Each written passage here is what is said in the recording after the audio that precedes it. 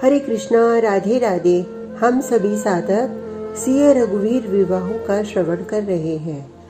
आज का प्रसंग, भृगुपति गए वनई तप हेतु। मैं वैदेही। पिनाक टूट चुका था। मेरे रघुकुल नंदन ने पिनाक को तोड़ा। जनकपुर निहाल हो गया था। मेरे माता पिताजी इतने प्रसन्न थे कि उनकी कोई सीमा नहीं। मैं तो अपना हृदय सौंप ही चुकी थी अपने श्री राघवेंद्र को। अपने गुरु विश्वामित्र जी के चरण छू रहे थे। अपने छोटे भाई लक्ष्मण को हृदय से लगा रहे थे श्री राघवेंद्र। जनकपुर वासी नाच रहे थे, गा रहे थे और श्री राम के ऊपर फूल बरसा रहे थे। सारे सगुन उपस्थित थे। ऐसा विवाह पहले हुआ का था और आगे होगा भी नहीं। जब तक मेरे श्री राम अद्वितीय हैं तो उनका विवाह भी कैसे अद्वितीय न हो। शहनाइयाँ बज रही थीं, ढोल, ताशे, नगाड़े और उन सबकी धुन में सारे नर नारी नाचे जा रहे थे। पर मैंने देखा कुछ राजाओं ने अपनी गुटबंदी करनी शुरू कर दी थी। दोनों छोटी उम्र के ही तो राजकुमार हैं। पकड़ लो इन्हें, बांध दो और सीता को छुड़ा लो। ये सुनते ही मैं स्तब्ध हो गई। बड़े बड़े राजा महाराजाओं की तलवारें मयान से बाहर आ गई थीं। उस समय मैंने लक्ष्मण भैया को देखा था। मुझे लगा था कि इस समय के लिए तो हमारे छोटे भैया लक्ष्मण ही उपयुक्त होंगे। पर इतनी बड़ी बात सुनकर भी लक्ष्मण भैया चुप ही रहे। मुझे आश्चर्य हो रहा था, इतनी वीरता बखानने वाला लक्ष्मण आज चुप है। पर चित्रकूट में मुझे स्वयं लक्ष्मण भैया ने बताया था कि मैं उस समय अति प्रसन्न था। मेरे बड़े भैया श्री राघवेंद्र सरकार दूल्हा बनने जा रहे थे। उनका विवाह होने वाला था। ये सोच सोचकर मैं आनंदित हो रहा था और उन राजाओं की बातें मैंने सुनी थी। पर उस समय मेरा मन कर रहा था कि ये खून खराबा टल जाए। मैं उस शुभ बेला में हिंसा मचाने के मूड में नहीं था। पर ज्यादा हो जाता तो। राजाओं ने अपनी तलवारें निकाल ली थी भैया। मैंने चित्रकूट में रहते हुए ये बात पूछी थी लक्ष्मण भैया से। वो हंसे थे। इस शेष के क्रोध से कोई बचा है भाभी माँ? हाँ, मैं तो थी जनकपुर में। मैं कह रही थी वहाँ का वातावरण युद्ध का बन गया था। मेरे पिता जनक जी भी सोच में पड़ गए थे कि क्या इस स्थान पर रक्तपात होगा। तभी एक सैनिक आया और उसने आकर भरी सभा में निवेदन किया महाराज से। क्रोध से अरुण मुख, अंगार उगलती आंखें, ऐसे भगवान परशुराम आकाश मार्ग से आ रहे हैं। सैनिक ने सिर झुकाकर ये बात कही। क्या? मुझे आश्चर्य हुआ। अभी तक तो राजा लोग तलवारें निकालकर मारने मरने के लिए आतुर थे। वही राजागण एकाएक परशुराम का नाम सुनते ही कांपने लगे थे। उनके हाथों से तलवार गिर गए। कोई कोई राजा तो भागने की कोशिश भी करते पाए गए। पर उन्होंने जैसे ही सुना कि अगर परशुराम ने इस तरह भागते देख लिया तब तो वो अवश्य मारेंगे ही, वो भागता राजा भी वापस आ गया था। भैया, ये कौन आ रहा है? मैंने देखा लक्ष्मण भैया के चेहरे में बाल सुलभ चपलता आ गई थी। उन्होंने पूछा था श्री राघवेंद्र से, ये कौन आ रहा है? ऋषि परशुराम। ये कहते हुए श्री राघवेंद्र मुस्कुराए। कोई हवा है क्या? लक्ष्मण भैया ये कहते हुए जोर से हंसे। भैया देखो, ये राजा लोग अभी हम लोगों को मारने जा रहे थे। एकाएक परशुराम का नाम सुनते ही कांपने लगे। वो क्षत्रिय कुल द्रोही है, इसलिए ये सब डर रहे हैं। श्री राघवेंद्र ने मुस्कुराते हुए फिर कहा। तभी भीषण रूप लिए, जटा मस्तक में त्रिपुंड धारण किए हुए और क्रोध से उनका शरीर कांप रहा था। आंखें तो अंगार उगल रही थी। हाथ में फरसा था। नहीं नहीं, फरसे के साथ मुझे याद आ रहा है त्रिशूल भी था और कंधे पर धनुष भी रखा था। अरे, तलवार भी थी और भी शस्त्र थे।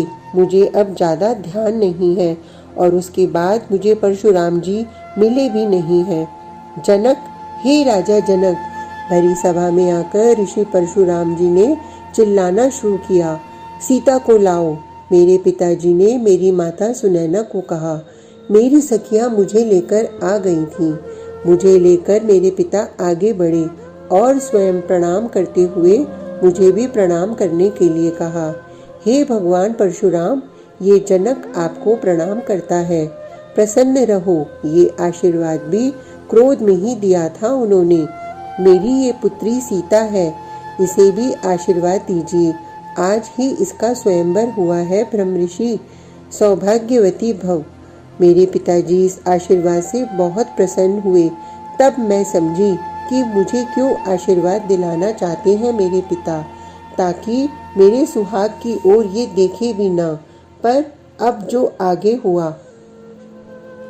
हे ब्रह्म ऋषि परशुराम, मैं विश्वामित्र आपको प्रणाम करता हूँ। अब आगे आए थे ऋषि विश्वामित्र। कैसे हैं आप ऋषि? ऋषि विश्वामित्र को देखते ही कुछ शांत हुए। श्री राघवेंद्र ने और लक्ष्मण भैया ने भी प्रणाम किया। जनक, ए जनक, इतने सारे क्षत्रिय एक साथ कैसे इकट्ठे हुए हैं? मेरे पिताजी आगे आए और हाथ जोड़कर बोले, मुझे पिनाक मिला था भगवान शंकर से। इसके आगे मेरे पिता बोलने जा रहे थे कि ऋषि परशुराम ने हाथों के इशारे से उन्हें रोक दिया और तुमने भगवान शंकर के द्वारा दिए गए पिनाक को तुड़वा दिया। ये मेरी पुत्री सीता है, इसका विवाह उसी से होगा जो पिनाक तोड़ेगा। मैंने ऐसी प्रतिज्ञा कर ली थी हे भगवान। जनक, लाल अंगार जैसी आंखें परशुराम की। वो मेरे पिता का नाम लेकर चीखे। जनक, अब तुम ये बताओ कि राम कौन है? बताओ, इस सभा में राम कौन है? पूरी सभा चुप। पूरी सभा में घूमने लगे परशुराम। देखो, जो राम है वो आगे आ जाए, नहीं तो उस राम के चलते सब मारे जाएंगे। सभा चुप रही। पिनाक राम नामक राजकुमार ने ही तोड़ा है ना जनक? मेरे पिता के पास आकर फिर चिल्लाए थे परशुराम। हाँ, केवल इतना ही बोलकर चुप हो गए मेरे पिताजी। अब की निगाहें, सबकी निगाहें श्री राम पर टिकी हैं। मेरे श्री राम आगे आए और हाथ जोड़ते हुए ही ऋषि परशुराम के पास गए। उस समय क्या छवि थी मेरे राम की। गंभीर थे, शांत थे, हल्की मुस्कुराहट अधरों में थी। जैसे हाथी अपनी मत्तता में चलता है, ऐसे ही चलते हुए गए थे परशुराम के पास मेरे श्री राम। हे ब्रह्म ऋषि, पिनाक तोड़ने वाला आपका कोई सेवक ही होगा। तू कौन है? बोल, तू कौन है? परशुराम ने फरसा श्री राम को दिखाते हुए कहा, बता, तू कौन है? मैं राम हूँ, अवध नरेश श्री चक्रवर्ती सम्राट दशरथ पुत्र राम। ये धनुष किसने तोड़ा? प्रभु, धनुष तोड़ने वाला आपका कोई सेवक ही हो सकता है। कितनी मधुर वाणी थी मेरे श्री राम की। सेवक? सेवक का काम होता है सेवा करना। ये सेवा है मेरी? क्रोध से परशुराम जी की सांसें तेज तेज चल रही थीं। तभी मेरी दृष्टि गई लक्ष्मण भैया की ओर। गुरुदेव, आपने सही व्यक्ति को सही व्यक्ति से नहीं मिलाया। लक्ष्मण भैया की बात सुनकर ऋषि विश्वामित्र जी हंसे। क्यों? हम दोनों अगर मिलते, परशुराम और मैं, तब होती सही मुलाकात। गुरुदेव, आप ही देखिए ना, कहाँ ये सरल व्यक्तित्व श्री राम और कहाँ ये क्रोध का ही साकार रूप। फिर हंसते हुए लक्ष्मण भैया बोले, गुरुदेव, आपकी आज्ञा हो तो मैं जाऊं, थोड़ी मुलाकात करके आऊं। मुस्कुराते हुए ऋषि विश्वामित्र जी बोले, जाओ। हे राम, तुम क्या समझते हो? ये पिनाक धनुष कोई साधारण धनुष था?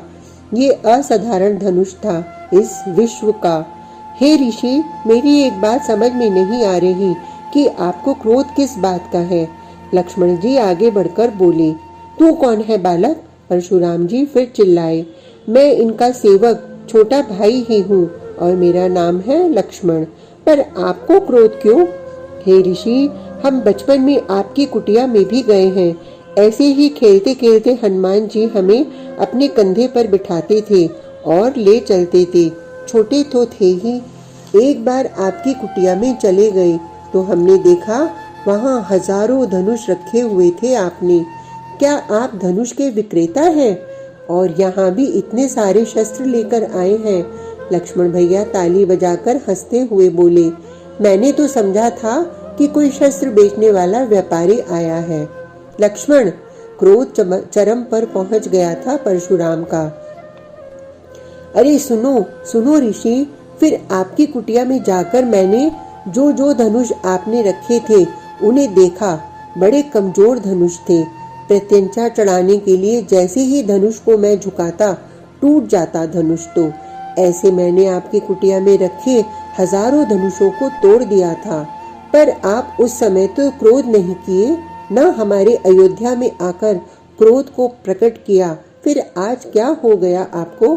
बालक, तुझे क्या लगता है ये पिनाक क्या अन्य साधारण धनुष की तरह है?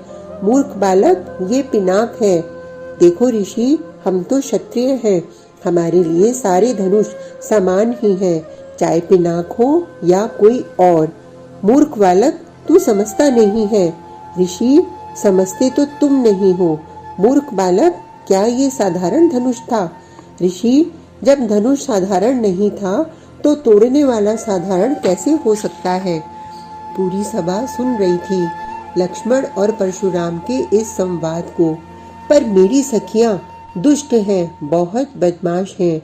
उर्मिला देख, हम तो आज तक सोच रही थी तेरा ये लक्ष्मण गूंगा है, पर बहुत अच्छा बोलता है ये तो।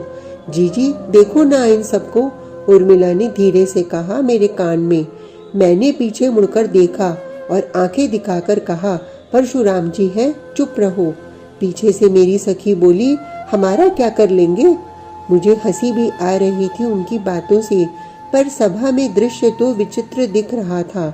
लक्ष्मण उलझ गए थे परशुराम से। राम, बचा ले अपने छोटे भाई को, अन्यथा ये मेरे हाथों मारा जाएगा। फिर मत कहना कि एक बालक की हत्या मैंने कर दी। आप इतने अस्त्र शस्त्र लेकर चलते क्यों हो? हे ऋषि, आपको क्या जरूरत इन शस्त्रों की? अरे ऋषि, आपकी तो वाणी ही इतनी कठोर और तीखी है कि शस्त्र फेल। लक्ष्मण भैया फिर शुरू हो गए थे। मेरी सखियां मेरे पीछे से कह रही थी, लक्ष्मण की बातों में हम तालियां बजाएं, आनंद आ रहा है।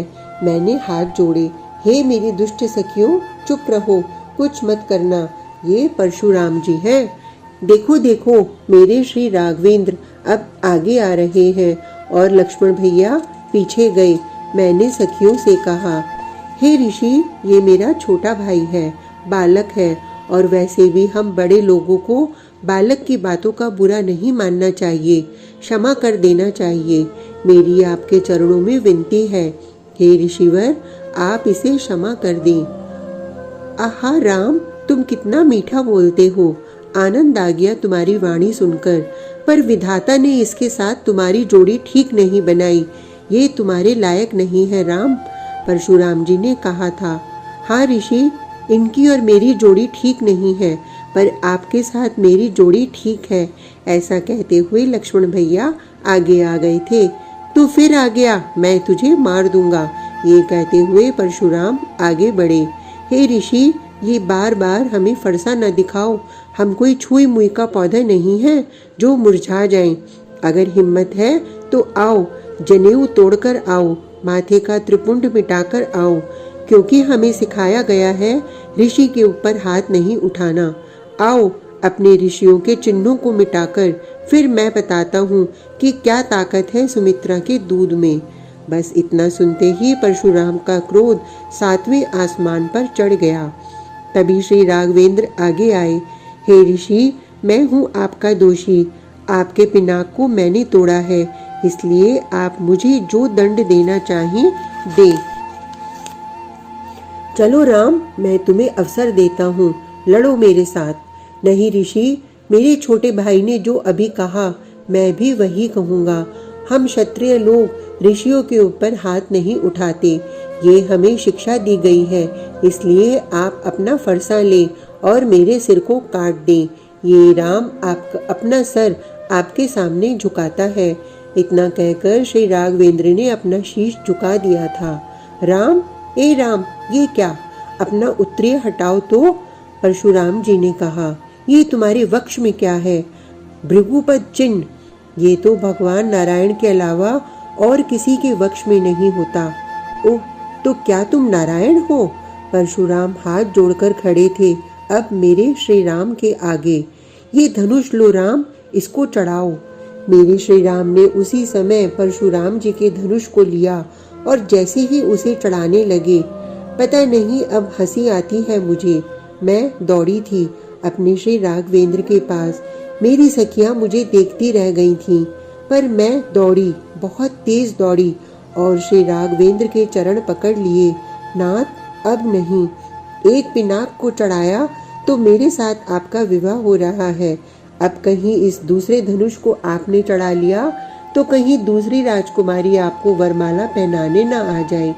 तब मेरे नाथ ने अपने दोनों हाथों को उठाकर प्रतिज्ञा की थी, हे सीते, मैं समस्त लोगों को साक्षी मानकर ये प्रतिज्ञा करता हूँ कि ये राम एक पत्नी व्रत धर्म का ही पालन करेगा, एक ही विवाह करेगा।